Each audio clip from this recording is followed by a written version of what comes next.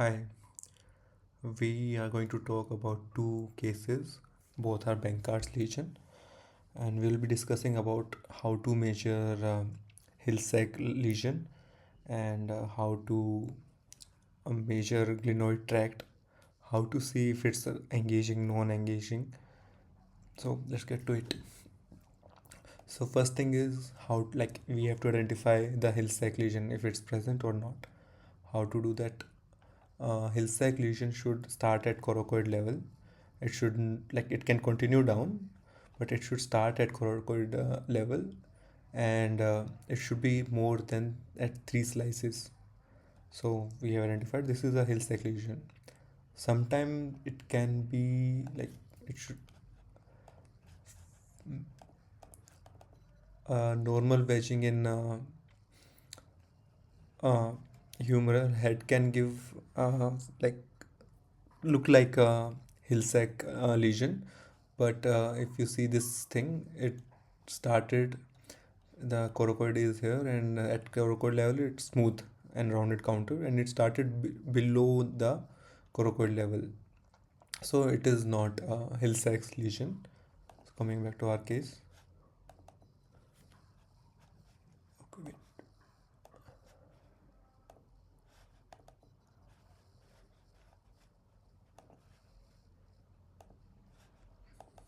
Mm.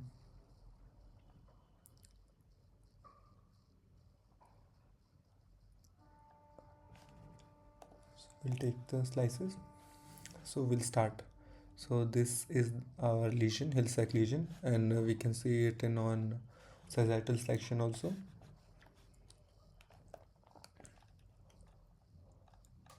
And this it is corresponding to the same level.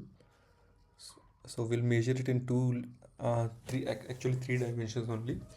And so here at the coracoid level, and this it is matching, we'll take it here. So at transverse diameter would be around 13.2, and craniocaudal diameter would be around 14. I'll write it down. 13.2 into 14.8. How to see the depth? For depth we have to take circle method. I will make a circle which is fitting this thing around, and then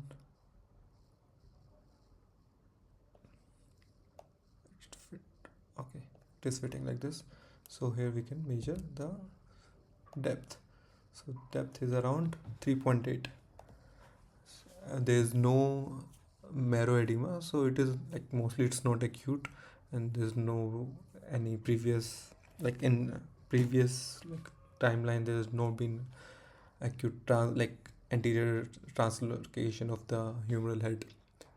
So coming to the labrum, so we see labrum for entero inferior labrum have we cannot see here, this is the periosteum bone cartilage, and at above at superior level there is labrum. So that is the thing, and as we go in inferiorly there is complete labral tear. Even on posterior side there is complete there is labral tear, and at postero superior aspect also there is tear and degeneration. This patient is 79 years old patient, so it is 1 second. Hmm. So it can be in this age there can be degeneration of normal labrum also. So coming this, so how would I mention this lesion is that labral tear is from 3 o'clock to 10 o'clock position. Anterior part is considered as 1 to 3, and posterior is the other way around. So 3 to 10 o'clock there's a tear, and in posterior superior aspect there is degeneration, and there's no bony loss or any periosteal sleeve avulsion or anything like that, or there's no chondral loss also, mild degeneration of cartilage is there but not much. So this is non-osseous Bankart, soft tissue Bankart as we can say. So how to measure glenoid tract in that? So here if we can go a little bit go down, and here we can see like this line and this is matching. So here also we have to take a circle method.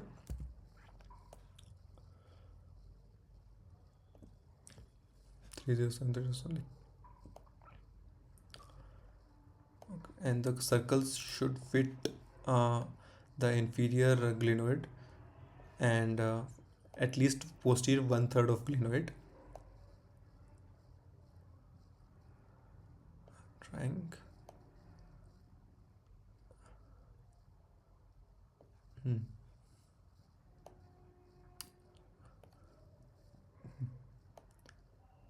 So this is the method. If there was any bony loss or there was um, like if there was osseous Bankart, then there will be bony loss. Then we have to measure that. But since here in this uh, scan there is no bony loss, we can directly measure glenoid tract, which would be from here to here. We'll be measuring around this. So glenoid tract is 22. There is like little bit of like the circle is not fitting, but that is okay. There is no bone loss. So length is around 22, and if we have to measure for glenoid tract, the formula is 0.83 multiplied by the bigger diameter 22.4, which is 22.4, and here hence like there's no smaller diameter or bony loss, so we have like mostly we have to minus the small diameter, but there's no smaller diameter, so glenoid tract would be around 18.5. So 18.5 is greater than the our transverse diameter of this thing, 13.2. So glenoid tract is larger than Hill-Sachs lesion. So it's non-engaging lesion. So how our report would be? It would be like this. Okay, a wedge-shaped Hill-Sachs lesion measuring 13.2 into 14.8 mm transverse into CC, noted in posterior humeral head of depth of 3.8 mm. There's no underlying humeral marrow edema. Glenoid side labral tear is noted from 3 o'clock to 10 o'clock position with degenerative labral loss in posterior aspect. Uh, sorry, and degenerative. So everything that antro inferior thing is non-osseous Bankart. Anterosuperior labral appears intact. No periosteal avulsion or chondral injury. No bone loss. Glenoid tract is 18.5 mm, and glenoid tract is more than Hill-Sachs lesion, suggesting of non-engaging Hill-Sachs lesion. So coming to the next one.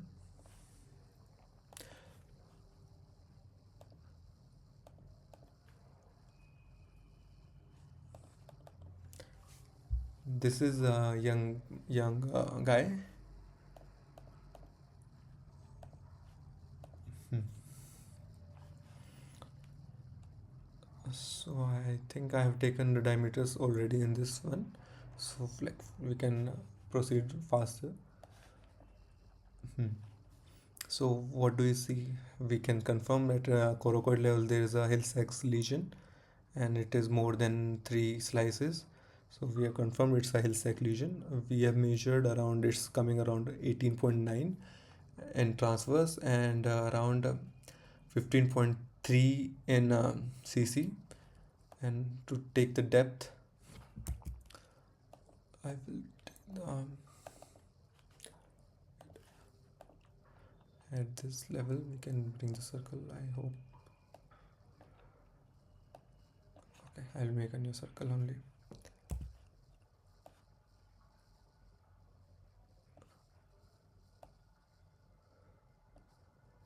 So depth is around 3.9.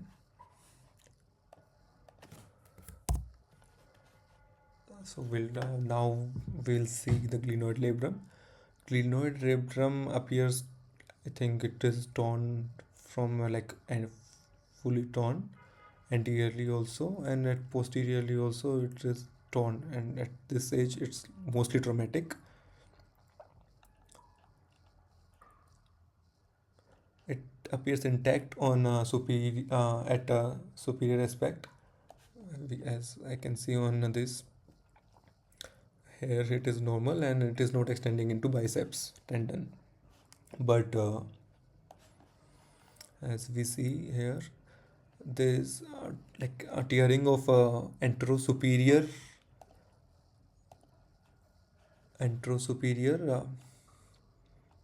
glenoid labrum with mild, like with a bucket handle tear. So it would with, and the biceps anchor is intact and superior aspect is also intact. So it would go into slab 3 lesion. And inferiorly, as we go inferiorly in anterior and antero inferior aspect, there's a bone loss, periosteum loss, there's a little bit of chondral loss also. And we can label it directly as glenolabral articular disruption, like a glad lesion, which is an osseous Bankart lesion. So now we have to measure, like this we can see there is a bone loss.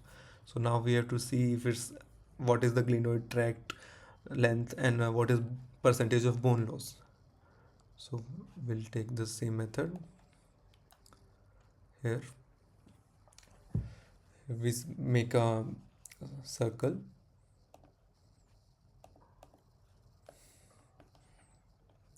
and this big come like from inferior aspect and posterior one third, at least posterior one third, and the bigger D is 19.8 and the smaller diameter is 4. So we can calculate the glenoid tract as 0.83 multiplied by 19.8, which is around 16.4. 16.4 minus 4. 4 is coming around 12.4. And bone loss we can calculate by d small d divided by the large bigger diameter, and it would be around 4 divided by, like directly we'll take 20 into 100, so it will be around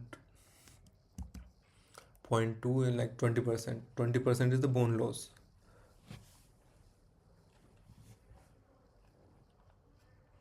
Anything else? Okay, so how would we mention this lesion? So here we'll say on humeral side, wedge-shaped hill-sac lesion measuring 19 into 15.3 mm, noted in posterior humeral head of depth 3.9 mm. There's no underlying humeral marrow edema. Glenoid side labral tear is noted from 1 to 6 o'clock position, like anterior and posterior superior, like it's a massive tear. Wait a minute, it will not be 1 to 6, it would be larger. So around 1 to, we can say, like, wait a minute. How much was this?